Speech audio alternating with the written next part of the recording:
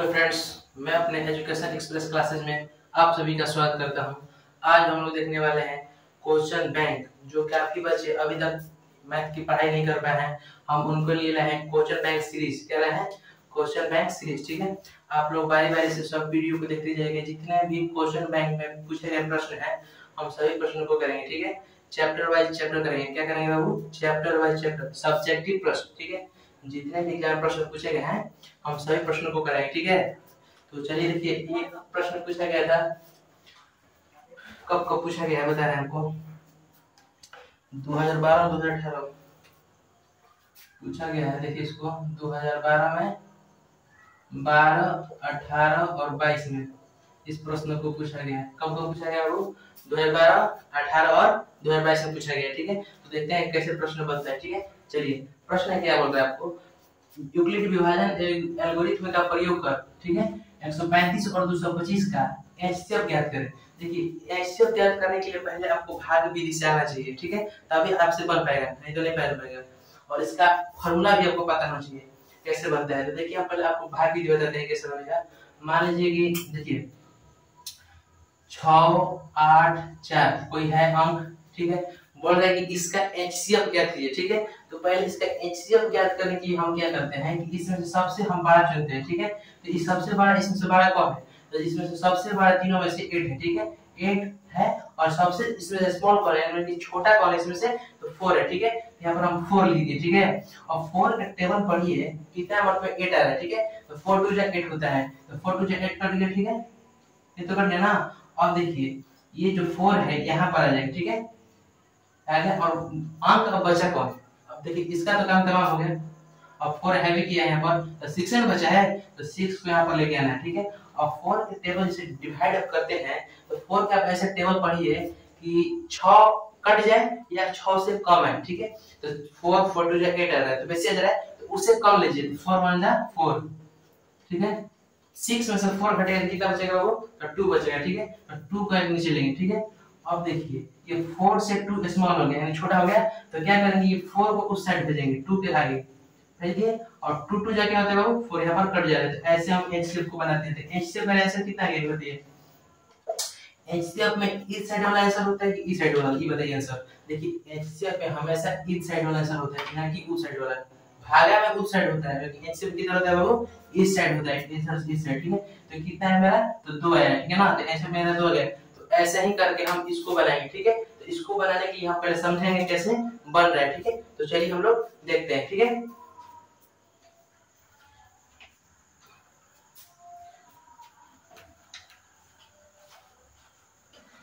प्रश्न आपका क्या बोल रहा है कि यूक्लिड विभाजन एल्गोरिथम का प्रयोग कर 135 और 255 का दिखाना है। तो देखिए आपको पहले क्या करना है, ऐसा प्रश्न जब एग्जाम में आपको पूछेगा तो क्या करना है कि इसको आपको पीछे पेज मिलता है, उसके साइड में भी से इसको बनाना है। क्या करना है वो? इसको प्रश्न को पीछे बनाना है। कैसे? भाग विधि से। तब इसको एल्गोरिथम विभाजन का प्रयोग करके बनाना है वैसे। ठीक है, तो पहले हम इसको भाग विधि से बनाएंगे, तब कैसे बनाएंगे चलिए दिखा रहे हैं, बता रहे हैं।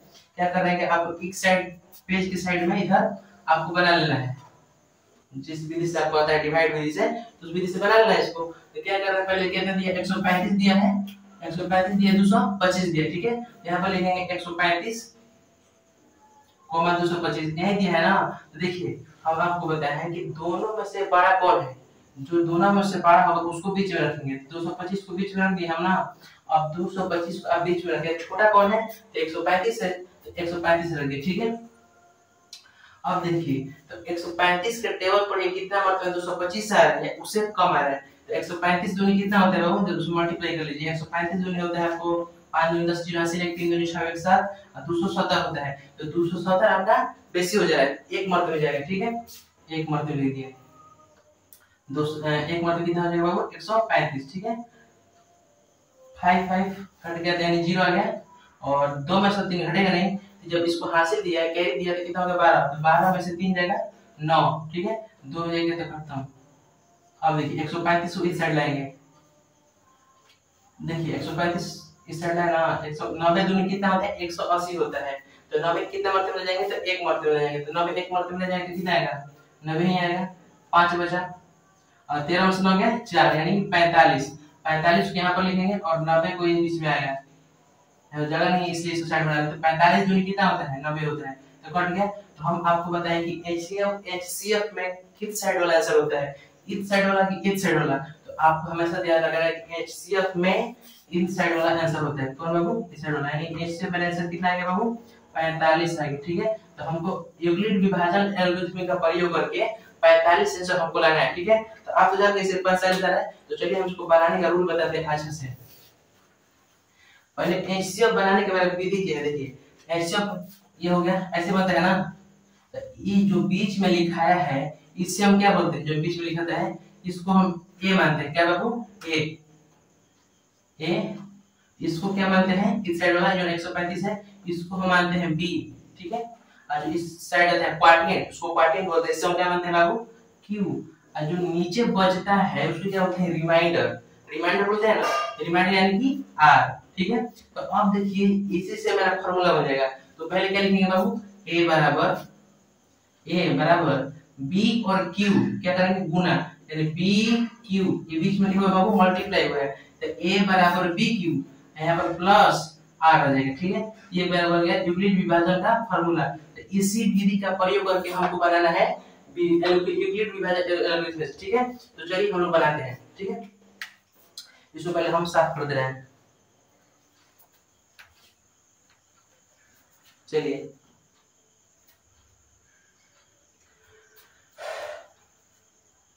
तो पहले हम यहाँ पर लिखेंगे यूक्लिड विभाजन एल्गोरिथम। बनाने से पहले क्या लिखेंगे बाबू, यहाँ पर हम लिखेंगे हल, ठीक है।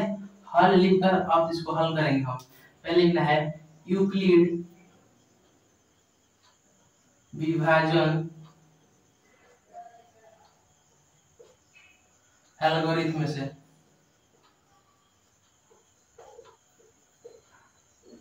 ठीक है। तो हम यूक्लिड विभाजन एल्गोरिथम का आपको फॉर्मूला बताए हैं, क्या होता है बाबू A बराबर BQ प्लस R होता है, क्या होता है A बराबर BQ प्लस R होता है, ठीक है। तो हम आपको डिवाइड विधि से आपको ऐसे हम बताया है ना, बस उसी आधार से बनाना है। क्या होता है कि बीच वाला को क्या मानना है बाबू A मानना है, ठीक है। किसको A मानना है, बीच वाले को A मानना है। जो इस साइड है इसको क्या मानते हैं B मानते हैं, जो उस साइड होता है क्या मानते हैं Q मानते हैं। जो नीचे शेष बचता है रिमाइंडर उसको क्या मानते हैं R, यानी कि मेरा शेष कितना बचा था 90, ठीक है। तो बस जैसे जैसे ये लिखा हुआ है ना वैसे ऐसे उतार देना है, इसमें कुछ नहीं करना है, बस बन गया मेरा प्रश्न।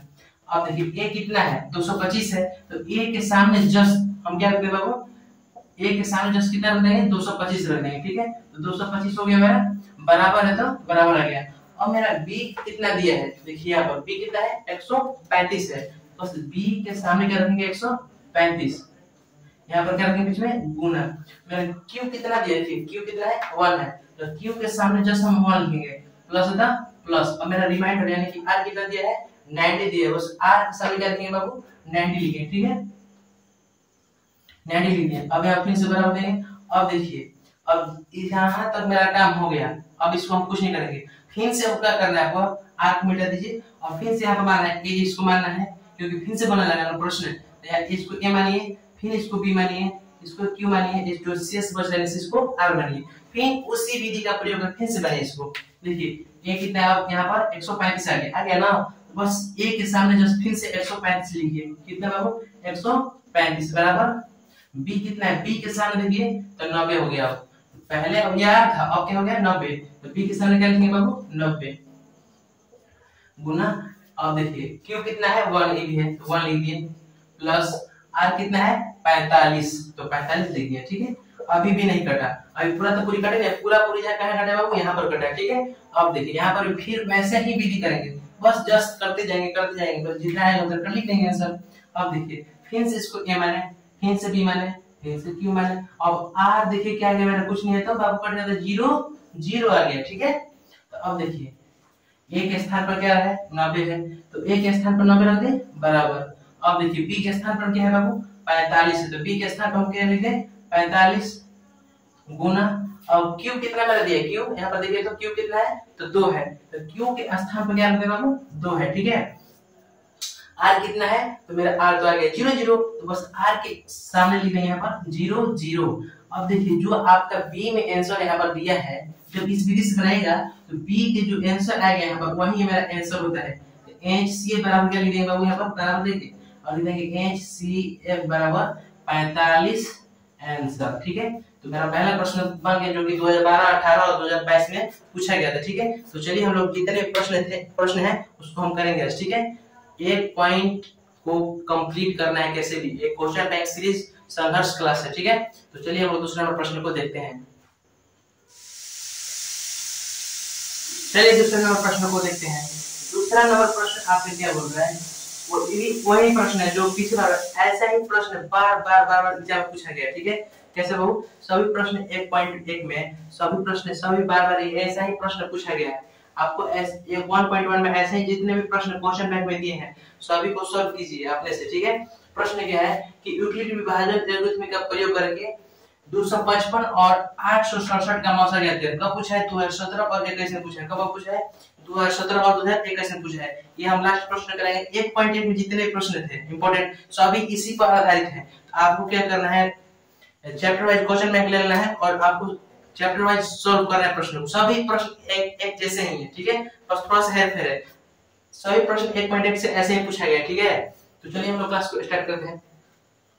चलिए प्रश्न क्या है आपका कि 255 और 867 का मौसा ज्ञात करें। आप तो बताया है आपको कि भाग पीछे कैसे बनाए, बस जस्ट ऐसे ही बनाइए। क्या कीजिए कि कॉपी के पीछे या कॉपी के बगल में आप क्या कीजिए, एक थोड़ा सा लाइन खींचकर और वहां पर इसको रफ में पीछे इसको बना लीजिए। ठीक है, तो चलिए हम भी बना लेते हैं और आप भी बनाइए। ठीक है, चलिए प्रश्न 255 है और यहाँ पर है 867। कितने हैं बाबू, 867 है। ठीक है, और तो अब क्या करना है, इसमें से हमको बड़ा और छोटा चूज करना है। जो बड़ा हुआ वो कहाँ लिखना है बाबू, उसको बीच में लिखना है। ठीक है, तो 867 को हम बीच में लिख दिए और जो छोटा है उसको किनारे लिखना है। क्या लिखना है, किनारे लिखना है, तो लिख दिया उसको। तो अब बताइए इस बीच वाले को हम क्या मानते हैं।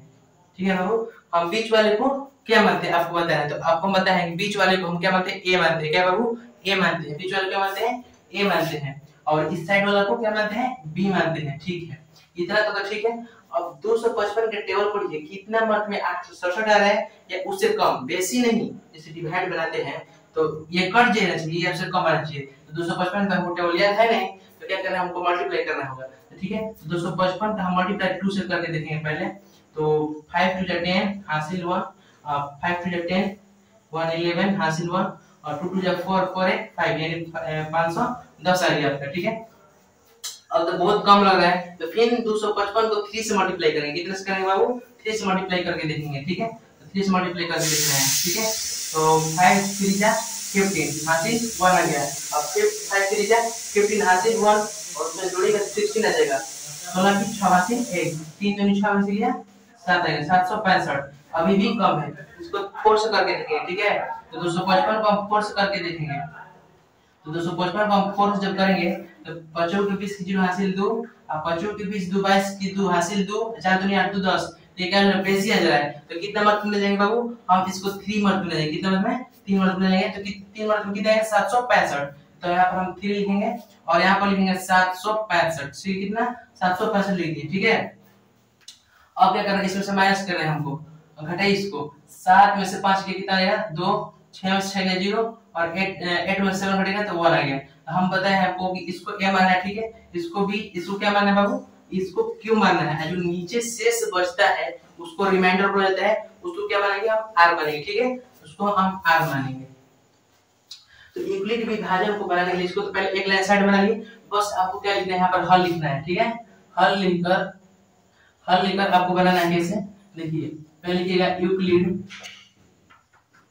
यूक्लिड विभाजन एल्गोरिथ्म